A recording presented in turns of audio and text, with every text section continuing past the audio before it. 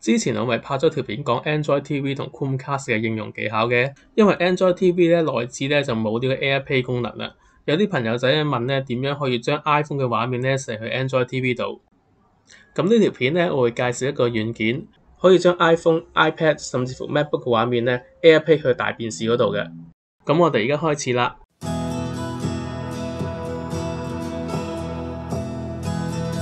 大家好，我係老鼠叔叔。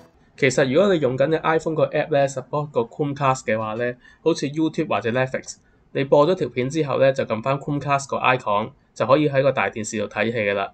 但係如果喺其他 app 咧你揾唔到呢個 Chromecast 嘅 icon 咧，就表示你個 app 咧唔 support 啦。咁你咧就要將 iPhone 個成個畫面咧射去個電視嗰度。你要將 iPhone 成個畫面射去個電視嗰度咧，你需要喺個 Google TV 嗰度咧安裝一個叫 AirScreen 嘅 app 啊，令你部電視咧 support AirPlay。咁你去你部 Google TV 個 Play Store 度揾翻呢個 app 嚟裝啦。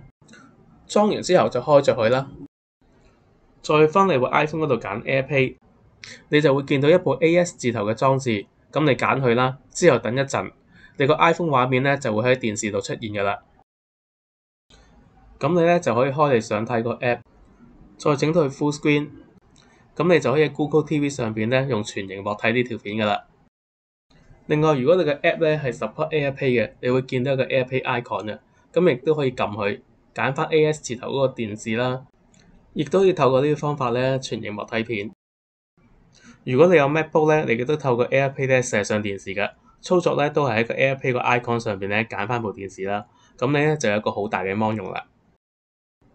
除咗 Google TV 之外咧，你亦都可以將呢個 AirScreen 咧裝喺啲 Android 嘅裝置上邊嘅。我試過將佢咧裝喺 Samsung 嗰部 A92018度，都可以成功將個 iPhone 嘅畫面咧 send 過去。